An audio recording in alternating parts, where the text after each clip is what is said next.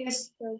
Yes sir. हाँ, तो एक बार हम समराइज कर दे रहे हैं। सबसे पहले तुम लोग को ये बताया गया था कि 3 कैटेगरी में, जैसे based on their reactivity series जो है उसके बेसिस पे हम लोग मेटल्स को 3 कैटेगरी में डिवाइड करते हैं।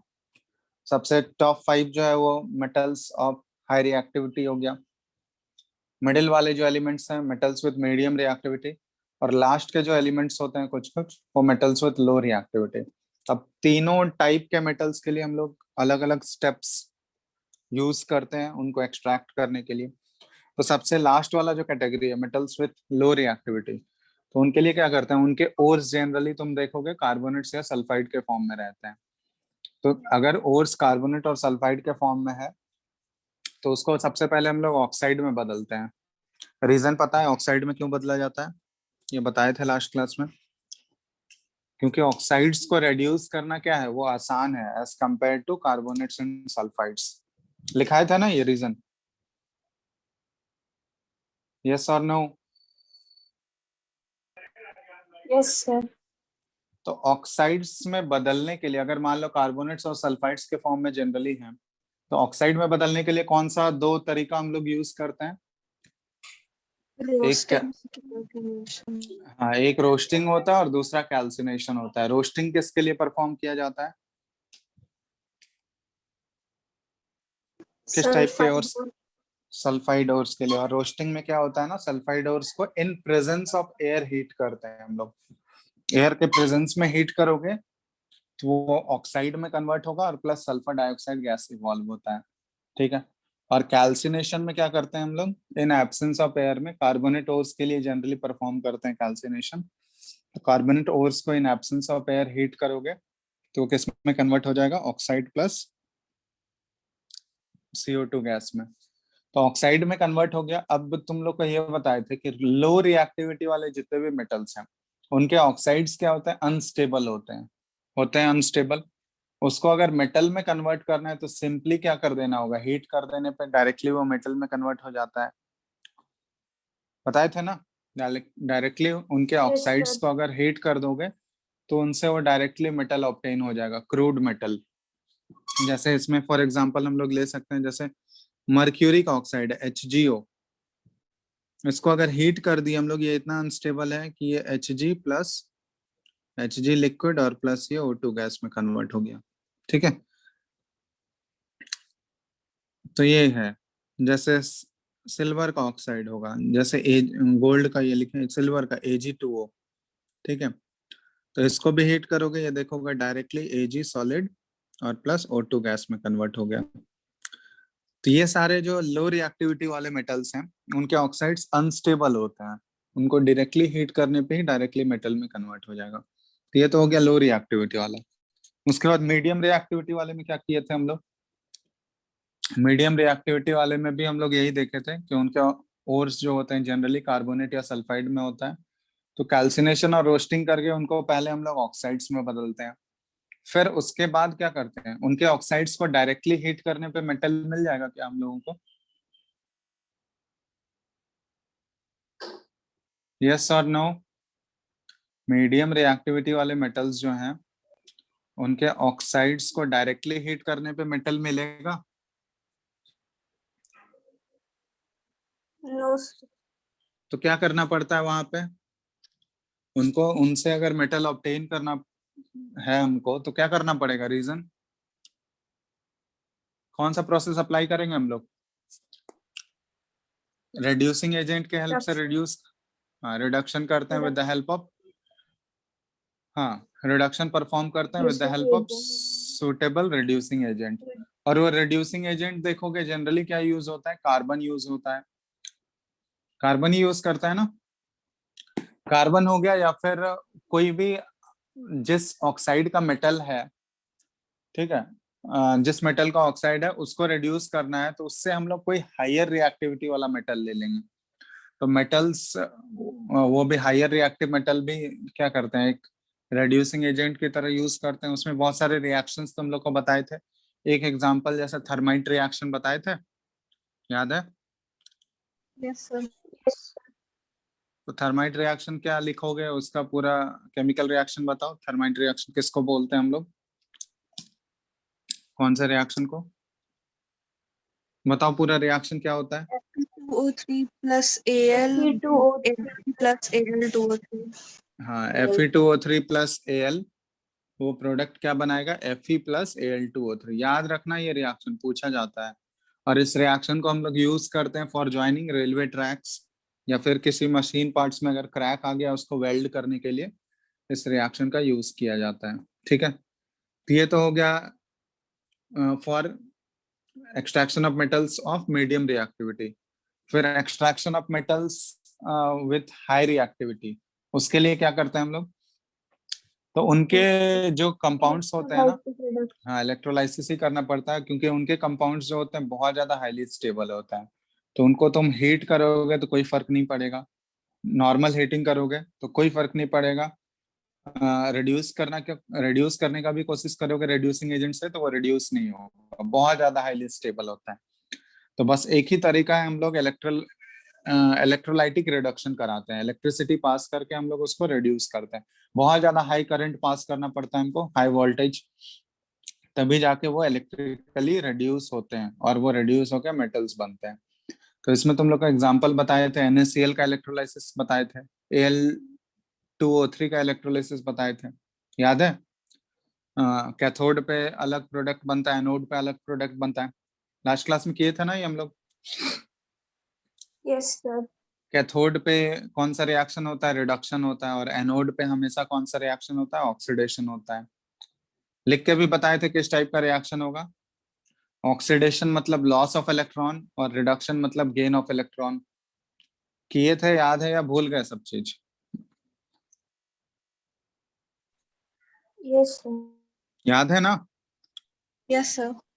चलो ठीक है, तो वो सारा एक्सट्रैक्शन से रिलेटेड था। अब देखो, अब एक्सट्रैक्शन करके हम लोग सेकंड स्टेप में क्या किए कि कंसंट्रेटेड ओर को हम लोग मेटल में तो कन्वर्ट कर दिए, क्रूड मेटल हमको मिल चुका है। अब फाइनली उस क्रूड मेटल को क्या करना पड़ता है? रिफाइन करना पड़ता है, क्योंकि वो क्रूड मेटल जो ऑब्टेन हुआ है वो 100% प्योर नहीं होता है। 100% क्या, रिफाइनिंग करने के बाद भी 100% नहीं आएगा प्योरिटी, वो 99 पॉइंट कुछ 99 करके रहेगा। ठीक है, तो इसलिए वो जो क्रूड मेटल ऑब्टेन होता है उसमें अभी भी बहुत सारे इम्प्योरिटीज प्रेजेंट होते हैं, डिसॉल्व्ड इम्प्योरिटीज। तो उनको हम लोग रिमूव करने के लिए, उस मेटल का प्योरिटी बढ़ाने के लिए रिफाइनिंग यूज करना पड़ता है, रिफाइनिंग ऑफ मेटल्स। और ये रिफाइनिंग हम लोग जनरली इलेक्ट्रिसिटी पास करके ही करते हैं, जिसको इलेक्ट्रोलाइटिक रिफाइनिंग बोला जाता है, इलेक्ट्रोलाइटिक रिफाइनिंग प्रोसेस। तो इसमें भी इलेक्ट्रिसिटी पास करके हम लोग रिफाइन करेंगे। ठीक है, तो फॉर एग्जांपल जैसे मान लो हमको कॉपर का रिफाइनिंग करना है। ठीक है, रिफाइनिंग ऑफ कॉपर।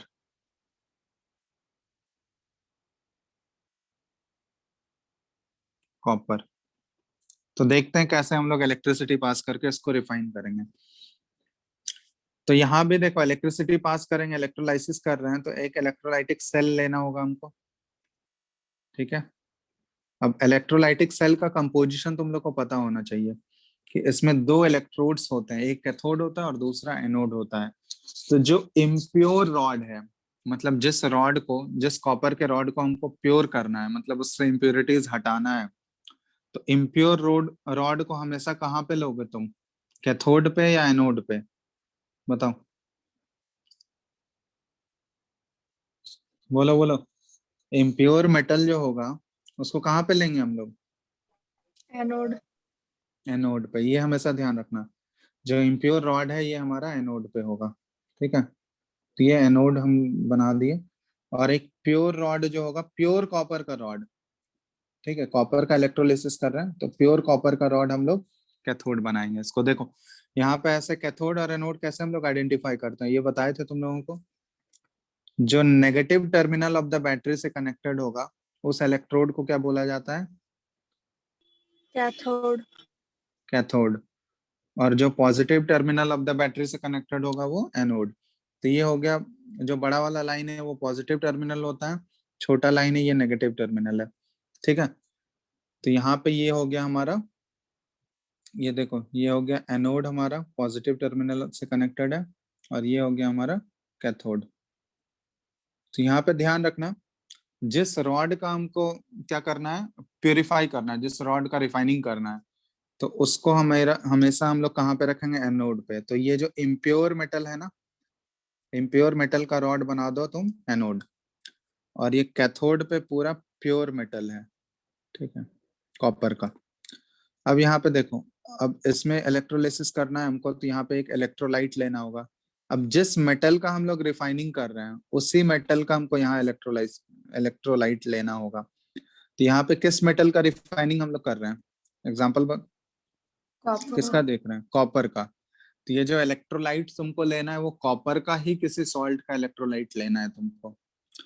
तो एज्यूम कर लेते हैं यहाँ पे कॉपर का ही कोई सॉल्ट ले लिया है, तो ये कॉपर सल्फेट ले लिया, CuSO4, ठीक है। अब ये एसिडिफाइड कॉपर सल्फेट सॉल्यूशन ले रहे हैं। एसिडिफाइड समझ, इसमें थोड़ा अमाउंट में हम लोग एसिड ऐड कर दिए ताकि आसानी से वो इलेक्ट्रिसिटी कंडक्ट कर सके। समझ रहे हो बात?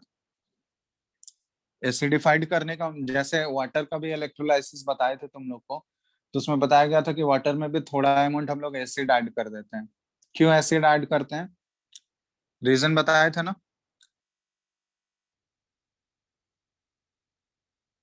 बोलो, रीजन बताया गया था। एसिड ऐड करने का यहाँ पे क्या मतलब है, हेलो, आवाज नहीं आ रहा है? सर आप नहीं बताए थे शायद। नहीं बताए थे। रीजन इलेक्ट्रोलाइसिस, ये एसिड ऐड करने। इलेक्ट्रोलाइसिस जहाँ पे वाटर का हम डिस्कस किए वहां पे जाके देखो, ये इनफैक्ट हम सेकंड चैप्टर में ही डिस्कस किए थे कि एसिडिफाइड वाटर यूज करते हैं इलेक्ट्रोलाइसिस, जब वाटर का इलेक्ट्रोलाइसिस कर रहे थे तो उसमें थोड़ा yes sir. Amount acid add करते हैं ना, वहाँ बताया गया था। एसिड इसलिए यस ऐड सर। करते हैं ताकि इलेक्ट्रिसिटी का कंडक्शन आसानी से हो सके, क्योंकि एसिड ऐड करोगे तो एक्वस मीडियम में क्या होगा, अपने आयंस में डिसोसिएट कर जाता है ना। कोई भी एसिड अगर लोगे, अगर aqueous solution, strong acid generally हम लोग लेते हैं, तो वो अगर वाटर के प्रेजेंस में स्ट्रॉन्ग एसिड लोगे तो वो अपने आयंस में डिसोसिएट कर जाएंगे ना पूरा पूरा। तो आयंस में अगर डिसोसिएट कर गया तो उससे इलेक्ट्रिसिटी क्या हो सकता है, फ्रीली कंडक्ट हो सकता है, आसानी से कंडक्ट हो सकता है। क्योंकि ये हम लोग यहाँ पे इलेक्ट्रोलाइट जो लिए हैं, ये तो ऑलरेडी हमारा आयंस में डिसोसिएट करेगा ही करेगा, बट और फ्रीली इलेक्ट्रिसिटी पास हो, कोई हिंड्रेंस नहीं होना चाहिए, इसलिए थोड़ा अमाउंट हम लोग एसिड ऐड कर दिए ताकि और ज्यादा नंबर ऑफ आयंस प्रोड्यूस हो और इलेक्ट्रिसिटी को ये आसानी से कंडक्ट कर सके, ताकि हमारा ये इलेक्ट्रोलाइटिक सेल जो है आसानी से फंक्शन कर सके। समझ रहे हो बात? रीजन क्लियर हुआ? Yes sir.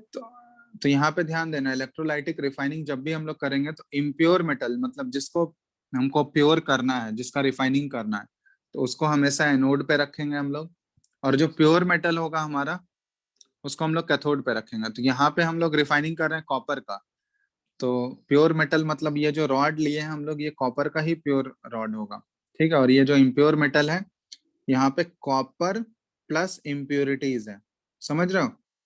इसमें कॉपर तो है ही, और प्लस कुछ अमाउंट में डिजॉल्व इम्प्योरिटीज हैं जिसको हमको सेपरेट करना है, जिसको हमको रिफाइनिंग करना है।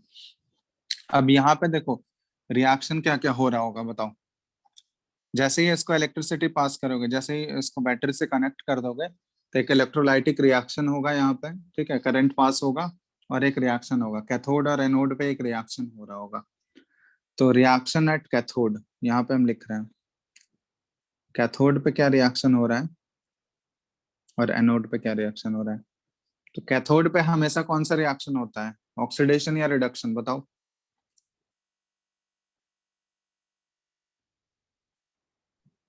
कैथोड, रिडक्शन, ये ध्यान रखना, कैथोड पे हमेशा कौन सा रिएक्शन होगा, रिडक्शन। और एनोड पे हमेशा कौन सा रिएक्शन होगा, बताओ, ऑक्सीडेशन, ठीक है। अब यहाँ ध्यान दो, कैथोड पे क्या हो रहा है, सबसे पहले हम लोग देखते हैं एनोड पे। एनोड पे ऑक्सीडेशन हो रहा है। अब ऑक्सीडेशन को हम लोग कैसे रिप्रेजेंट करेंगे, in terms of electron loss या gain, loss of electron. Loss of electron. तो जो प्योर कॉपर के पार्टिकल्स होंगे ना एनोड में, ये जो एनोड का रॉड लिया हम लोग इम्प्योर मेटल का जो है, इसमें कॉपर प्लस इम्प्योरिटीज है। तो प्योर कॉपर के जो प्योर कॉपर के जो एटम्स होंगे उसमें, उस रॉड में, वो प्योर कॉपर के एटम्स क्या करेंगे, वो 2 इलेक्ट्रॉन लूज करेंगे, ठीक है, और ये Cu2+ बनाएंगे, और ये Cu2+ बना के किस में चला जाएगा, वो सॉल्यूशन में चला जाएगा। समझ रहे हो? और यहाँ से 2 इलेक्ट्रॉन निकल गया। बात समझ आ रहा है? ये हो गया ऑक्सीडेशन रिएक्शन। ये रिएक्शन हो रहा होगा एनोड पे। और कैथोड पे क्या हो रहा होगा, ये जो प्योर कॉपर के पार्टिकल्स जो इस सॉल्यूशन में आए Cu2+ बने, अब यही Cu2+ जो प्योर कॉपर के पार्टिकल्स हैं, ये 2 इलेक्ट्रॉन को गेन कर रहा है, और 2 इलेक्ट्रॉन को गेन करके ये कहाँ पे डिपॉजिट हो रहा है, कैथोड पे जाके डिपॉजिट होते जा रहा है। तो देख रहे हो यहाँ पे एक्चुअली हो क्या रहा है कि एनोड में जो हमारा इम्प्योर रॉड है, इसमें जो प्योर कॉपर के एटम्स हैं, वो 2 इलेक्ट्रॉन लूज करके सबसे पहले सॉल्यूशन में आया।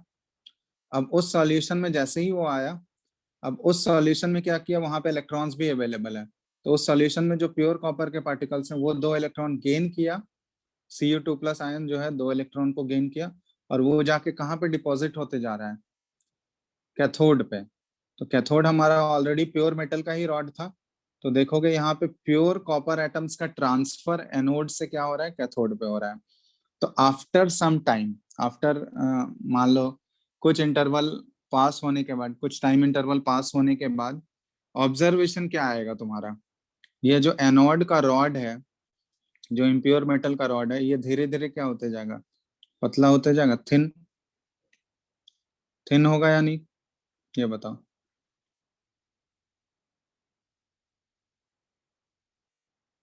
यस और नो?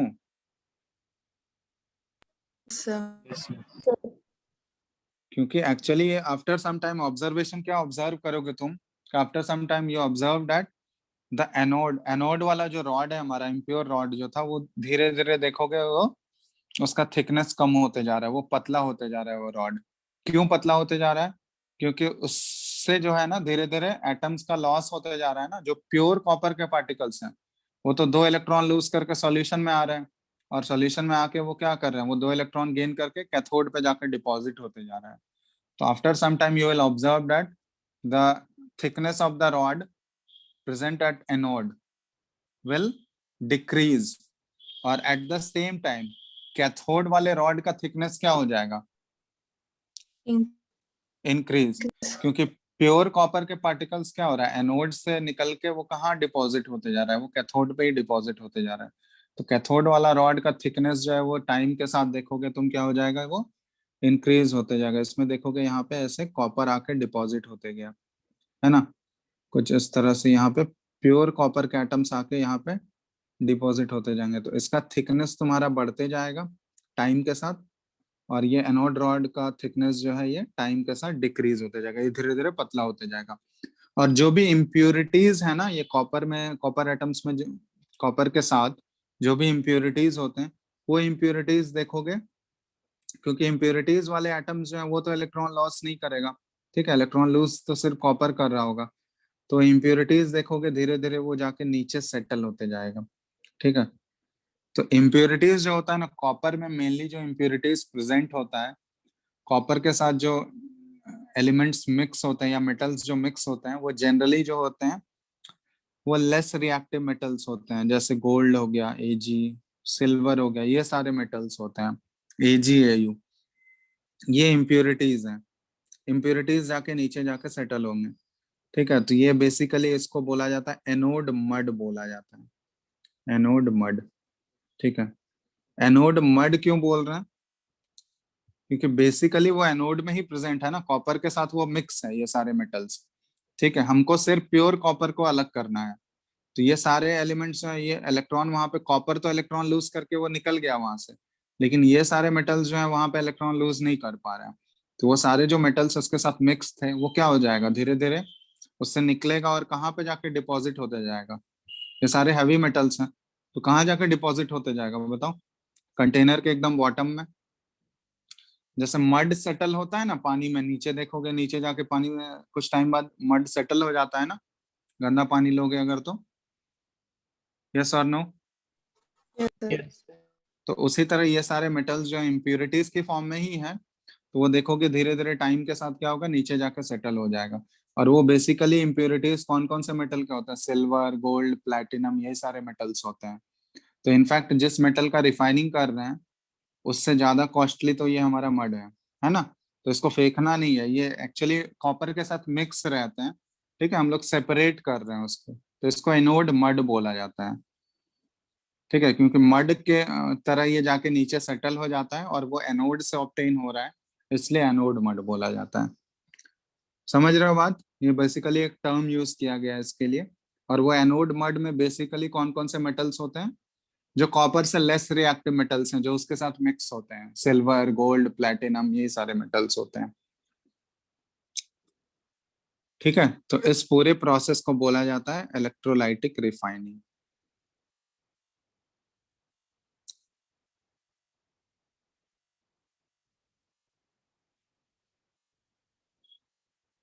तो यहाँ पे एक लाइन लिख सकते हो ऐसे कि 10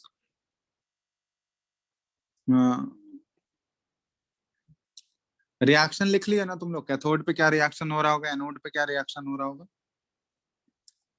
यस और नो? Yes sir. Yes. ठीक है, तो यहाँ पे एक लाइन लिख सकते हैं, on passing the current through the electrolyte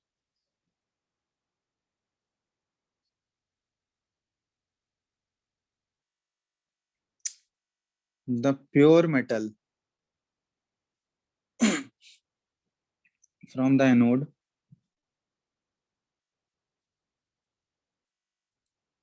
dissolves into the electrolyte। Pure metal है वो इलेक्ट्रोलाइट में डिसॉल्व कर गया, ठीक है। अब उस इलेक्ट्रोलाइट से वो जाके 2 इलेक्ट्रॉन एक्सेप्ट करके कैथोड पे डिपॉजिट होते जाएगा, ठीक है। और यहाँ पे ऐसे बोल सकते हैं हम लोग कि एन इक्विवेलेंट अमाउंट ऑफ, ठीक है, ये बहुत ही इंपॉर्टेंट पॉइंट है, equivalent amount of pure metal from the electrolyte.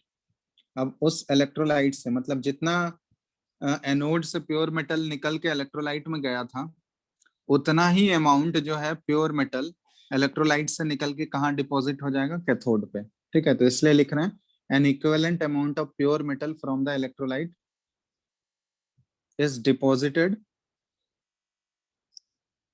On the cathode, ठीक है। तो उतना ही अमाउंट जाके वो कैथोड पे डिपॉजिट हो गया। उसके बाद क्या होगा, जो एनोड में ऑलरेडी इम्प्यूरिटीज जो होंगे, सॉल्युबल इम्प्यूरिटीज, जो पानी में सॉल्युबल इम्प्यूरिटीज होंगे, वो क्या होगा, goes into the solution,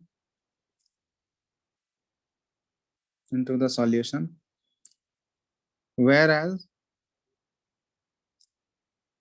the insoluble impurities, और जो घोलेंगे नहीं, पानी में जो soluble नहीं होगा, तो insoluble impurities देखोगे वो क्या होगा, settle down at the bottom, settle down at the bottom of the anode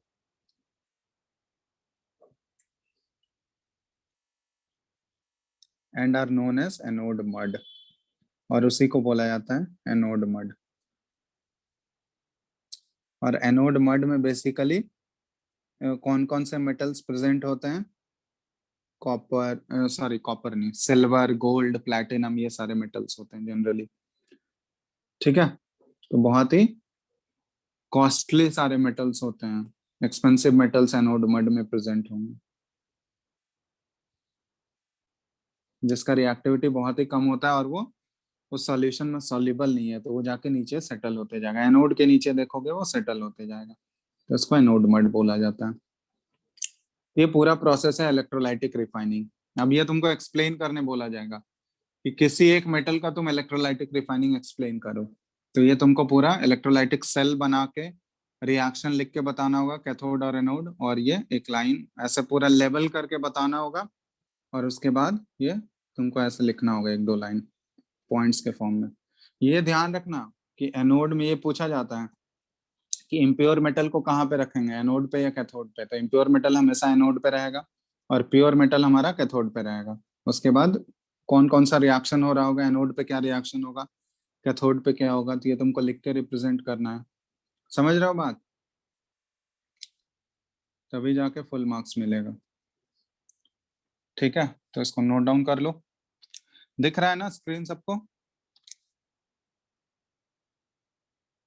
yes sir. चलो, तो ये हो गया हमारा पूरा process, electro refining, electrolytic refining. Electricity pass करके हम लोग रिफाइन कर रहे हैं।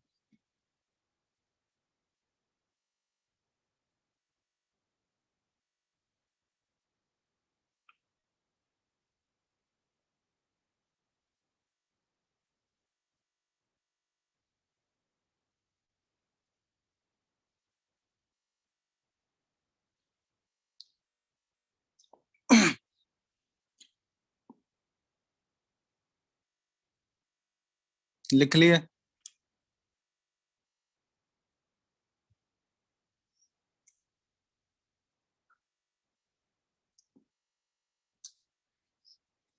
लिख चुके हो? हेलो, कोई रिस्पॉन्ड ही नहीं करता है तुम लोग। हेलो, यस सर, लिखे हो या नहीं? लिख लिए। सब लोग नोट डाउन कर लिए ना इसको? Yes sir. यस समझ आ गया सबको पूरा प्रोसेस इलेक्ट्रोलाइटिक रिफाइनिंग? ऑब्जर्वेशन अगर पूछा जाएगा तुमसे, क्या कुछ टाइम बाद ऑब्जर्वेशन क्या आएगा इस एक्सपेरिमेंट का या इस प्रोसेस का, तो क्या ऑब्जर्वेशन बताओगे?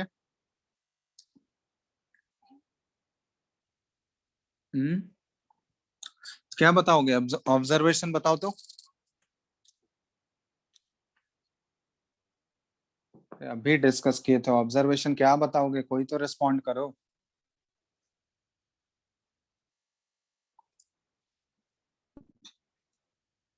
आवाज नहीं आ रहा है? अब एक एक करके पूछना होगा लगता है। आकाश, सॉरी, चलो पहले मयंक तुम बताओ।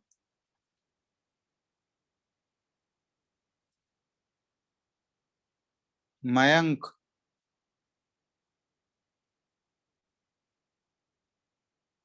कोई रिस्पॉन्स नहीं है।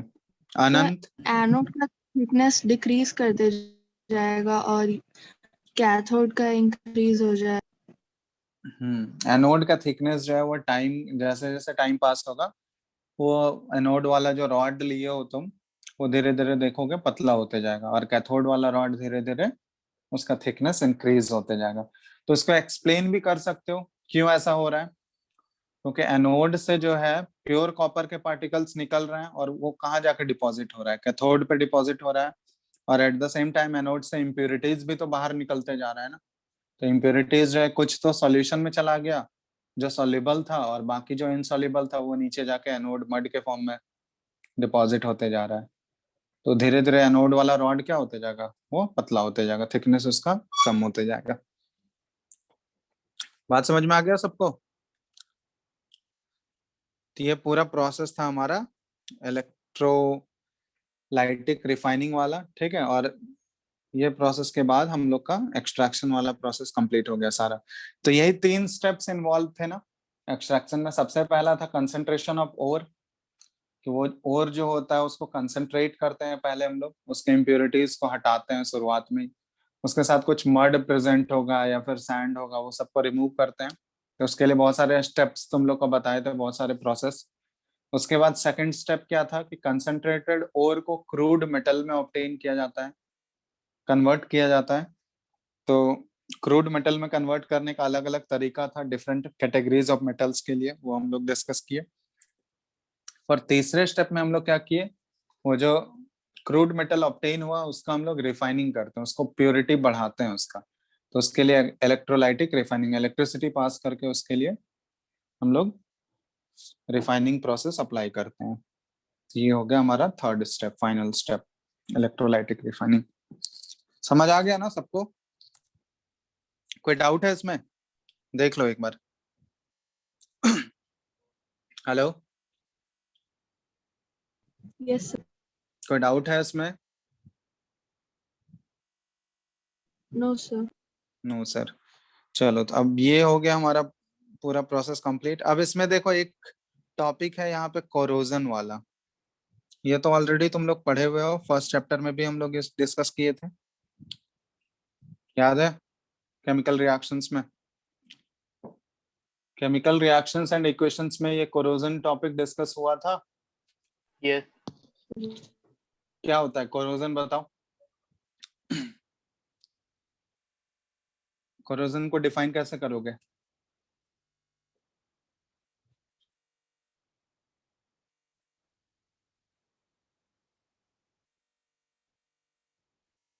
कोरोजन को डिफाइन कैसे करोगे?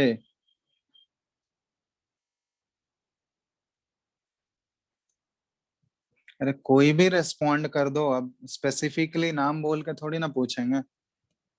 कैसे डिफाइन करेंगे कोरोजन को? अपने वर्ड्स में ही बताओ, प्रॉपर डेफिनेशन नहीं चाहिए, मतलब समझ में आना चाहिए। बताओ क्या होता है कोरोजन।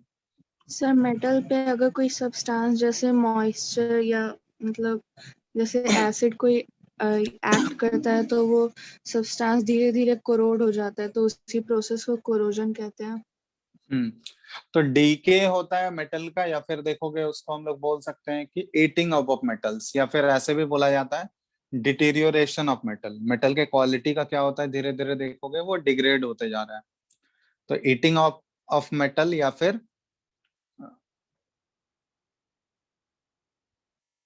डिग्रेडेशन ऑफ मेटल ऐसे बोल सकते हैं हम लोग, ठीक है। किसके प्रेजेंस में? इन प्रेजेंस ऑफ एयर, या तो वो एयर के प्रेजेंस में रहेगा, या मॉइस्चर के प्रेजेंस में रहेगा, या फिर गैसेस के, अदर गैसेस के प्रेजेंस में रहेंगे, है ना। तो जिसकी वजह से उसका क्वालिटी क्या होगा, धीरे धीरे कम होते रहेगा, डिटेरियोरेट होगा, या फिर मेटल देखोगे धीरे धीरे उसका कोरोजन होना स्टार्ट होगा, मतलब धीरे धीरे वो उसके ऊपर देखोगे वो डिफरेंट मेटल्स का अलग अलग है। जैसे रस्टिंग, आयरन के केस में हम लोग रस्टिंग बात करते हैं, रस्टिंग, रस्टिंग ऑफ आयरन होता है। पढ़े हो रस्ट का फॉर्मूला क्या होता है? रस्ट का फॉर्मूला बताओ। रस्ट का फॉर्मूला बताओ, केमिकल फॉर्मूला ऑफ रस्ट क्या होता है?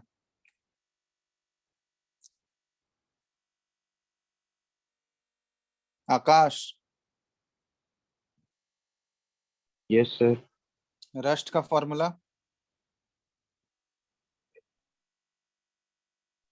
Sir Fa2O3। सिर्फ Fe2O3 और डॉट XH2O भी होता है ना। Yes sir.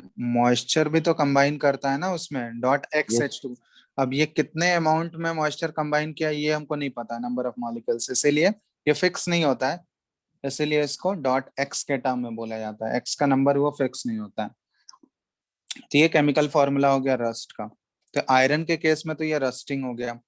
फिर अदर मेटल्स में जैसे कॉपर के केस में तुम लोग को बताया गया है, कॉपर के केस में देखोगे टाइम के साथ धीरे धीरे एक ग्रीन कलर का कोटिंग डेवलप होता है, बताया गया है फर्स्ट चैप्टर में, ये सब डिस्कस किए थे। तो वो ग्रीन कलर का कोटिंग किसकी वजह से डेवलप होता है? कौन सा कंपाउंड रिस्पॉन्सिबल है ग्रीन कोटिंग के लिए कॉपर के ऊपर? रिस्पॉन्ड करो, ये सब फर्स्ट चैप्टर का है, कितनी बार डिस्कस किए हैं ये सारा चीज। विच केमिकल या which compound is responsible for green coating over copper?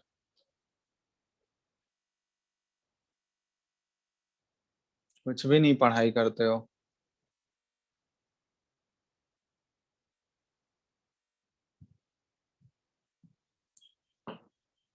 देख के भी बता दो।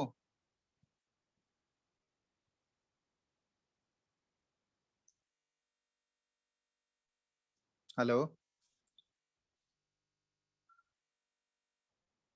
कोरोसियन सर। क्या? कोरोसियन। कोरोशियन?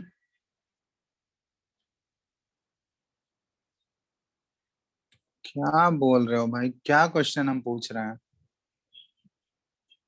क्वेश्चन सुने पहले, क्या बोल रहे हैं? कोरोसियन क्या होता है?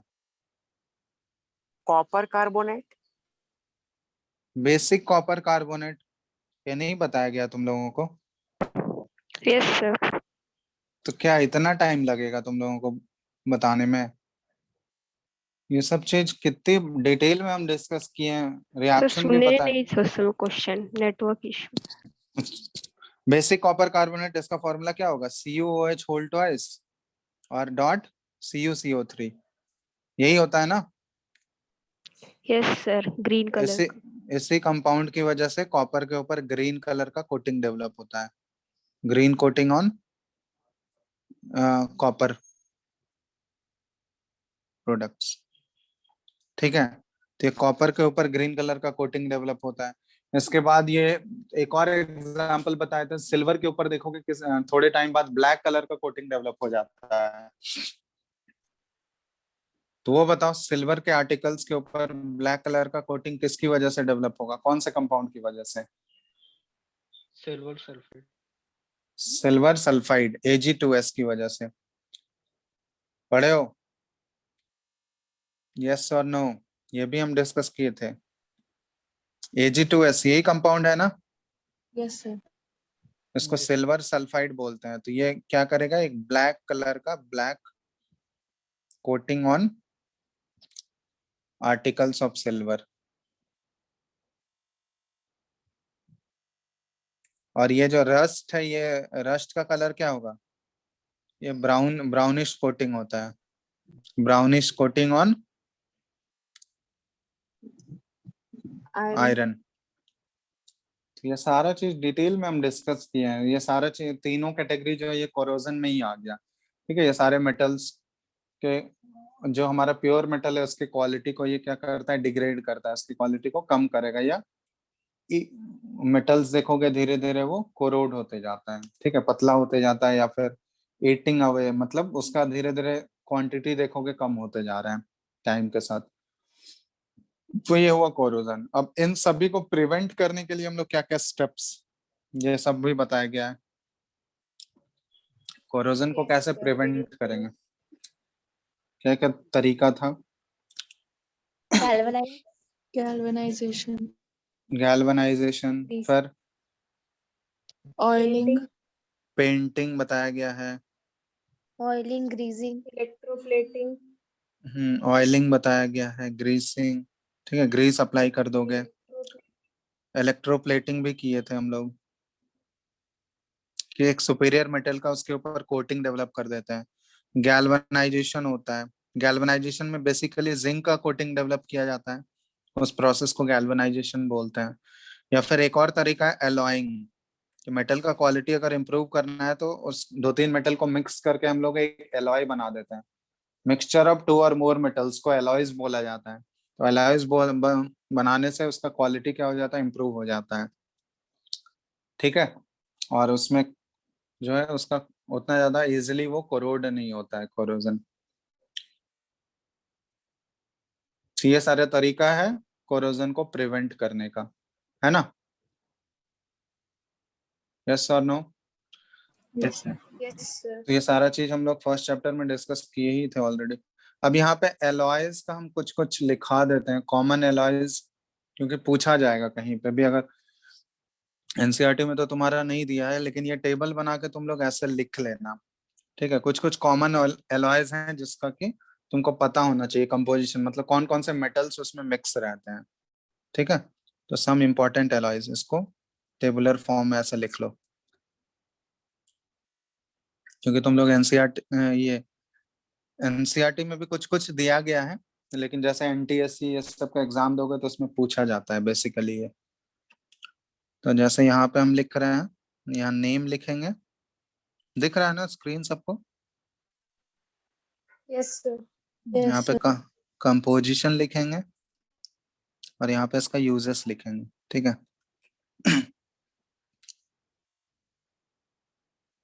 तो इसमें सबसे पहला जो एलॉय है ये है ब्रास। तो ब्रास किसका किसका एलॉय होता है? कॉपर एंड जिंक, है ना? ब्रास जो है ये कॉपर एंड जिंक। तो कॉपर का परसेंटेज जो है इसमें 60 to 80% ये वेरी करता है, और जिंक जो है ये 40 to 20% होता है। ठीक है, कॉपर प्लस जिंक। और ब्रास का यूज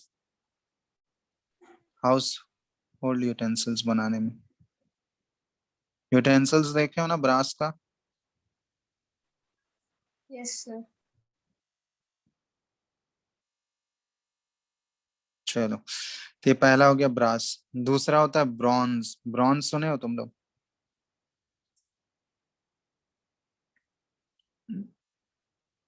ब्रॉन्ज सुने हो? ब्रॉन्ज मेडल होता है ना। Yes, sir. Yes, sir. तो ब्रॉन्ज है वो बेसिकली वो भी एक एलॉय है, दो मेटल को मिक्स करके बनाया गया है। कौन कौन से मेटल होते हैं उसमें? एक कॉपर होता है, दूसरा टिन होता है। कॉपर एंड टिन का एलॉय है ब्रॉन्ज। कॉपर का परसेंटेज ये 75 से 90%। Copper. ठीक है। और टिन जो है ये 25 to 10%। ठीक है। परसेंटेज उतना ज्यादा जरूरी नहीं है, बस याद रखना। ब्रॉन्ज बेसिकली किसमें यूज, ब्रॉन्ज के कॉइन्स भी होते हैं, ठीक है, यूटेंसिल्स भी होते हैं। ब्रॉन्ज बेसिकली यूज किया जाता है आइडल्स बनाने में। देखो ब्रॉन्ज का बहुत सारा मूर्ति होता है, बना हुआ मिलता है ना मार्केट में। फिर मेडल्स हो गया, जो स्कूल में मेडल्स मिलते हैं, ये सारा उसका यूजेस हो गया ब्रॉन्ज का। लिख रहे हो ना तुम लोग? Yes, sir. Yes, sir. चलो उसके बाद तीसरा बताओ। तीसरा है हमारे पास जर्मन सिल्वर। अब देखो यहाँ पे देखो, तुमको नाम में दिख रहा होगा जर्मन सिल्वर। ठीक है, तो इसमें सिल्वर का कंपोजिशन पूछा जाता है। तो एक्चुअली ये नाम है इसका सिर्फ जर्मन सिल्वर, इसमें सिल्वर होता ही नहीं है प्रेजेंट। जर्मन सिल्वर में क्या क्या कौन कौन से एलिमेंट का एलॉय है ये? कॉपर 60%, जिंक 25% एंड निकल जो है इसमें 15% होता है। इसमें सिल्वर है ही नहीं। तो ये क्वेश्चन पूछा जाता है कि what is the percentage of silver in the alloy German silver? तो क्या आंसर लिखोगे? 0%. 0%। तो ये परसेंटेज बहुत बार पूछा जाता है एग्जाम, एनटीएससी में भी क्वेश्चंस पूछा जाता है, बहुत ही कॉमन क्वेश्चन है। ठीक है, तो ये जर्मन सिल्वर यूज किया जाता है फॉर मेकिंग यूटेंसिल्स।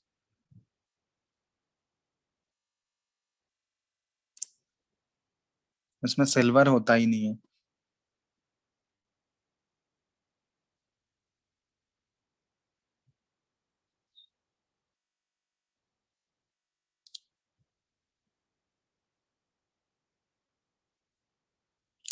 उसके बाद नेक्स्ट है सोल्डर। सोल्डर सुने होगे तुम लोग? सोल्डरिंग में जो यूज करते हैं हम लोग सोल्डरिंग करने में। तो बेसिकली ये एलॉय है टिन और लेड का। ठीक है, मिक्स टिन और लेड का।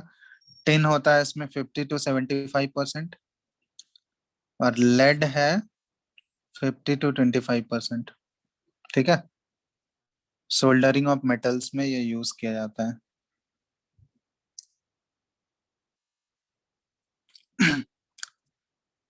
इसके बाद फिफ्थ हो गया ड्यूराल्यूमिन। ड्यूराल्यूमिन सुने हो तुम लोग? No, sir. एल्यूमिनियम का ये एलॉय है। ये बेसिकली एयरक्राफ्ट के जितने भी पार्ट्स होते हैं ना, ये ड्यूराल्यूमिन से ही बनता है। क्योंकि ड्यूराल्यूमिन बहुत ही लाइट वेट होता है और एयरक्राफ्ट के पार्ट्स को डिजाइन करने के लिए लाइट वेट मेटल्स चाहिए ना। मेटल डायरेक्टली यूज नहीं करते हैं, बेसिकली ड्यूराल्यूमिन यूज होता है क्योंकि ये बहुत ही लाइट वेट है। एल्यूमिनियम का एलॉय है। मेजर इसमें एल्यूमिनियम है 95%। और इसके अलावा कुछ कॉपर होता है 4% के अलावा। मैग्नीशियम होता है 0.5% और एमएन होता है, मैंगनीज 0.5%। ये ड्यूराल्यूमिन। इन एयरक्राफ्ट मैन्युफैक्चरिंग इसको यूज किया जाता है, एयरक्राफ्ट के पार्ट्स को मैन्युफैक्चर करने के लिए, क्योंकि बहुत ही लाइट वेट होता है ये। ठीक है,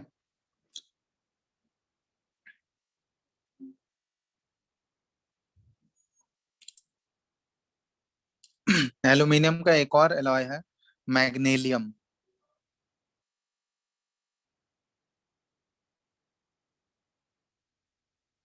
मैग्नीलियम,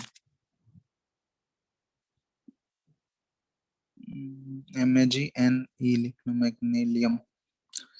तो मैग्नीलियम में क्या क्या है? एल्यूमिनियम 95%, ठीक है,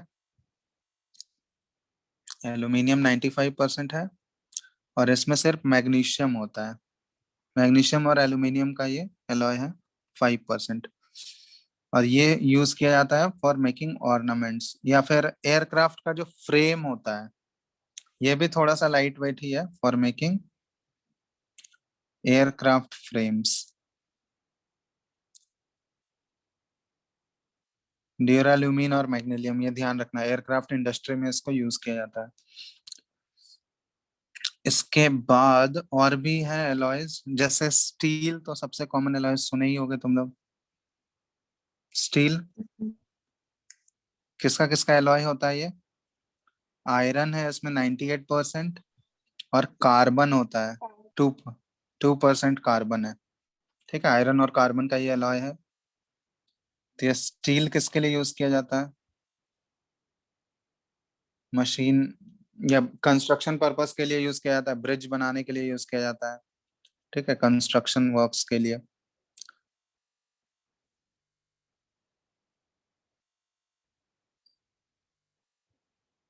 यूटेंसिल्स बनाने के लिए भी,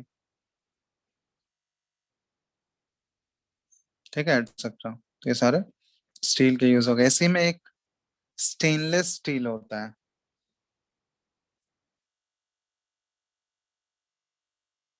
स्टेनलेस स्टील सुने हो? तो बेसिकली ये जो यूटेंसिल होता है ना, वो स्टेनलेस स्टील का ही रहता है, ठीक है, प्योर स्टील का नहीं रहता है। स्टेनलेस क्यों नाम पड़ा है? स्टेनलेस समझते हो? यस सर, रस्ट नहीं इस पे हो सकता। हाँ, रस्ट नहीं होता है, ठीक है, स्टेन कोई भी दाग जल्दी नहीं लगेगा, और रस्टिंग भी नहीं होगा, ना के बराबर होता है, इसलिए स्टेनलेस स्टील यूज किया जाता है। तो इसमें क्या होता है, स्टेनलेस स्टील में हम लोग क्या मिक्स करते हैं बताओ?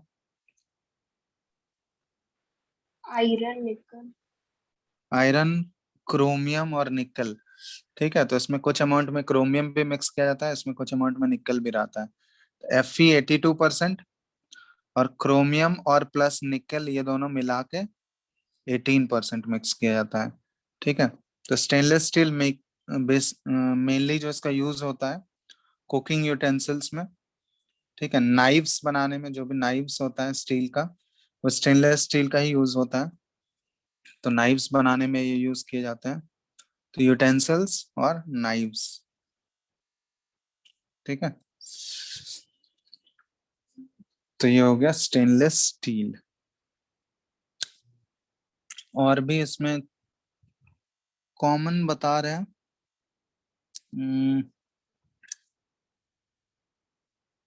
एक बेल मेटल होता है।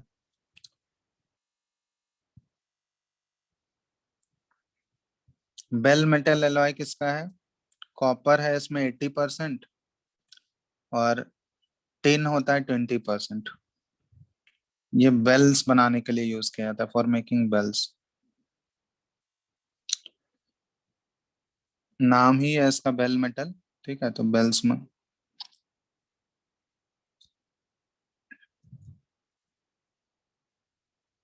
गन मेटल एक होता है, इसको इंजीनियरिंग पर्पसेस के लिए, मतलब कुछ कंस्ट्रक्शन वर्क्स के लिए, या फिर गन का बैरल्स होता है ना, देखे हो? बैरल समझते हो गन का? Yes sir. क्या होता है बैरल?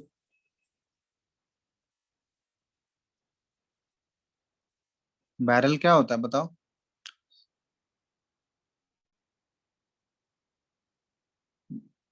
मेरे बोलो।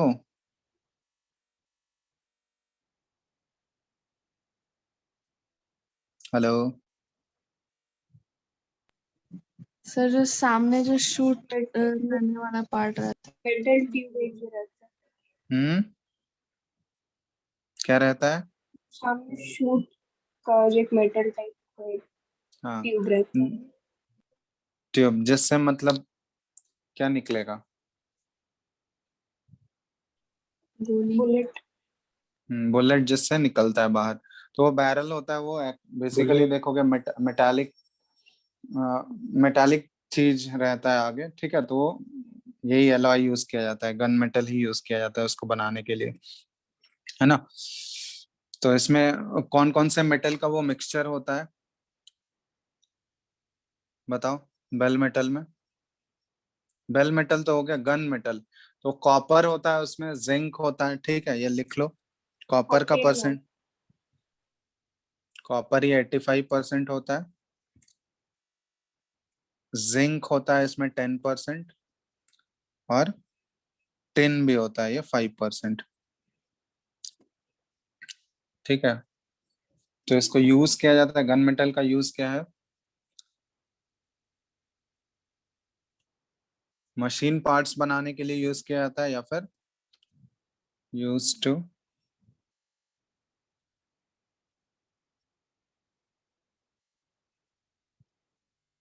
Used for manufacturing machine parts, ठीक है। और पहले इसको गन मेटल को गन के बैरल्स बनाने में यूज किया जाता था, मेकिंग गन्स ऐसे भी लिख सकते हो।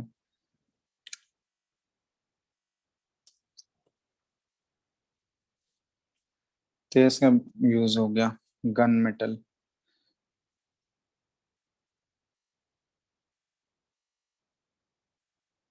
बेल मेटल, गन मेटल हो गया, ब्रास, ब्रॉन्ज, ये सब हो गया, ठीक है। इसमें एक और लिख सकते हो, एल निको। एल निको सुने हो तुम लोग, alnico? No sir. Yes sir. क्या होता है? ये भी एक एलॉय है, एल्यूमिनियम, निकल और कोबाल्ट, ठीक है। ये जैसे इसके ढंग से इसको देखोगे, एल निको, ये तो तीन मेटल का मिक्सचर है। L stands for aluminium, N stands for nickel, और CO स्टैंड्स फॉर कोबाल्ट, ठीक है। तो एल्यूमिनियम, निकल और कोबाल्ट। तो एल्यूमिनियम,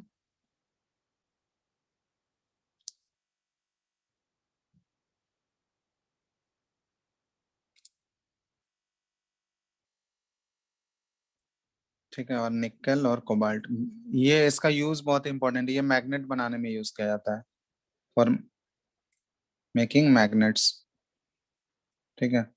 मैग्नेटिक मटेरियल्स बनाने में ये यूज किया जाता है एल निको का।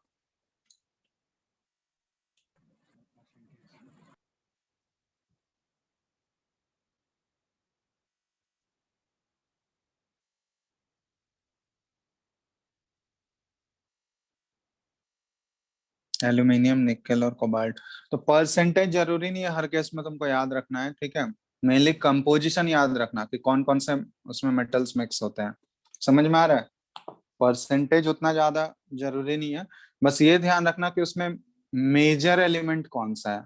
जैसे हर एक एलॉय में तुम देख रहे होगा ना कि परसेंटेज होता है, हाईएस्ट परसेंटेज कौन सा मेटल का है, समझ रहे हो बात। Yes sir. Yes, sir. और उसका यूज कहाँ होता है, ठीक है। तो ये सब पूछा जाता है, जैसे तुमसे पूछा जाएगा, जैसे NTSC में भी मेनली ये क्वेश्चन आता है, इस टाइप के क्वेश्चंस पूछे जाते हैं एलॉय से रिलेटेड बहुत सारे, कि which of the following alloys is used for making aircraft parts. तो 3-4 ऑप्शन तुमको दिए रहेंगे, तो उसमें एक ड्यूराल्यूमीन भी रहेगा।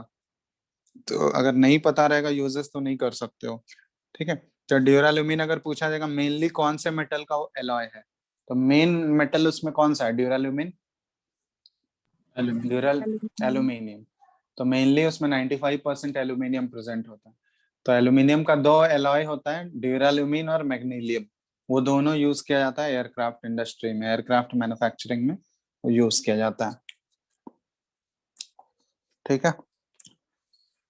तो ये सारा कुछ कुछ कॉमन एलॉयज थे और उनके यूजेस और उसके कंपोजिशन, कौन कौन से एलिमेंट्स प्रेजेंट होते हैं। तो ये याद रहना चाहिए, ठीक है।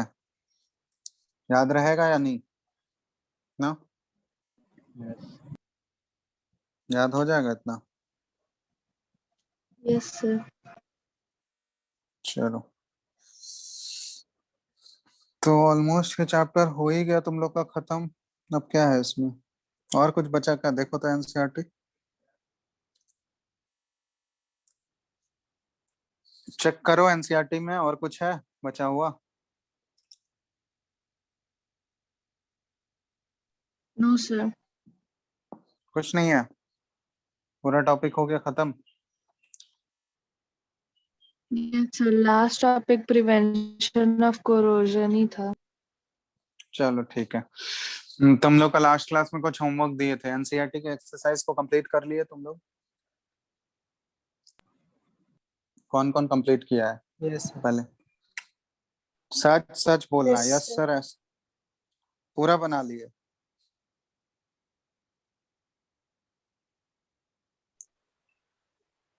मेन पोटाश एक्सरसाइज करवा दी, इंटेक्स बाकी।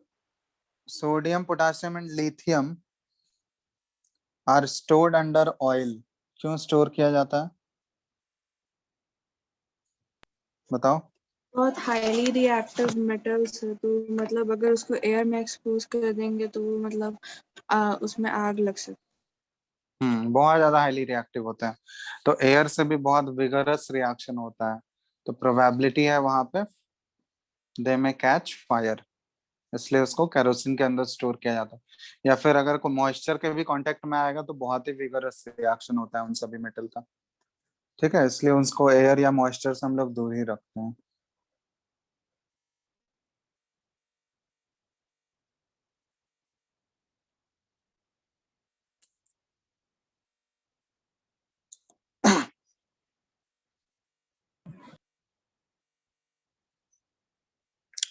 चलो तो तुम लोग कर लेना, ठीक है। टोटल कितने क्वेश्चंस है इसमें? 16 ही तो क्वेश्चंस है मात्र। कौन कौन नहीं बनाया अभी तक? सब लोग बना लियो? No sir. तो 16 क्वेश्चंस है, इसको कर लेना। अब बुकलेट है इस चैप्टर का सभी के पास? बुकलेट है? Yes sir. तो जो जो एनसीईआरटी कंप्लीट कर लिए हो वो बुकलेट के एक्सरसाइजेस भी अब बना लोगे, ठीक है। ऑब्जेक्टिव वाला सारा एक्सरसाइजेस बुकलेट का कंप्लीट कर लेना, और जो नहीं बनाए हो बुकलेट प्लस एनसीईआरटी दोनों बनाओगे, ठीक है। अब जो भी इससे बुकलेट में रिगार्ड, कौन सा? बुकलेट में ऑब्जेक्टिव वाला एक्सरसाइजेस होगा ना जितना भी है, और एनटीएससी का यस एक सर। अलग, ओलंपियाड और एनटीएससी का एक अलग से एक्सरसाइज होगा, है? यस है। सर। यस नहीं है? सर है। तो वो भी कंप्लीट कर लेना, ठीक है। तो ऑब्जेक्टिव वाले जितने भी एक्सरसाइजेस हैं वो पूरा कंप्लीट कर लेना, और जो जो एनसीईआरटी नहीं किए हो तो उसको भी कंप्लीट कर लेना। अब इसके बाद कौन सा चैप्टर स्टार्ट करना है नेक्स्ट क्लास में?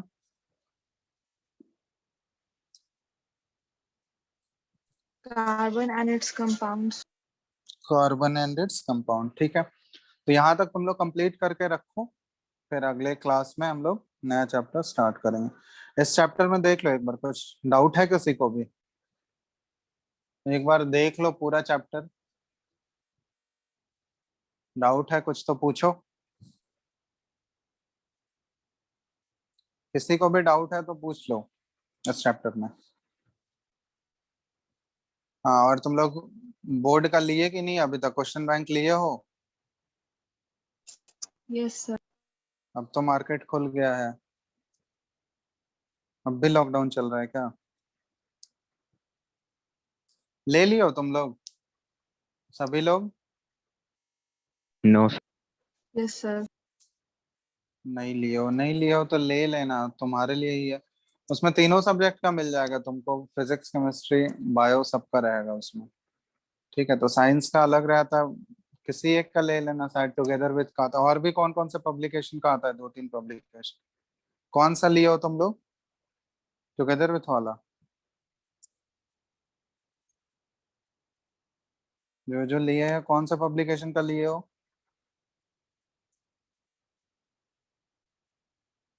हेलो,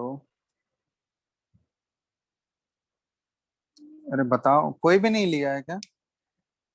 सर दिशा पब्लिकेशन।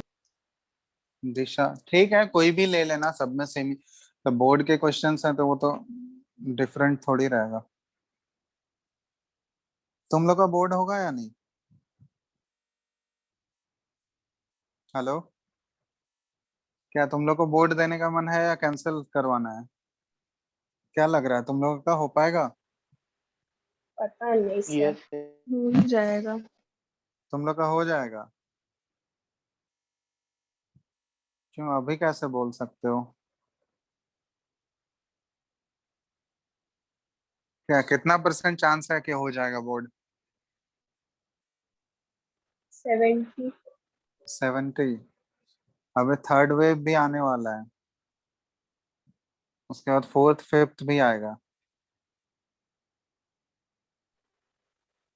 पता नहीं सर। पता नहीं सर। और स्कूल स्कूल में क्लासेस स्टार्ट हो गया?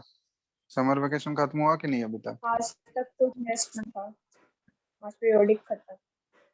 अच्छा, तो स्कूल में ये सब्जेक्टिव टेस्ट नहीं होगा क्या तुम लोगों का?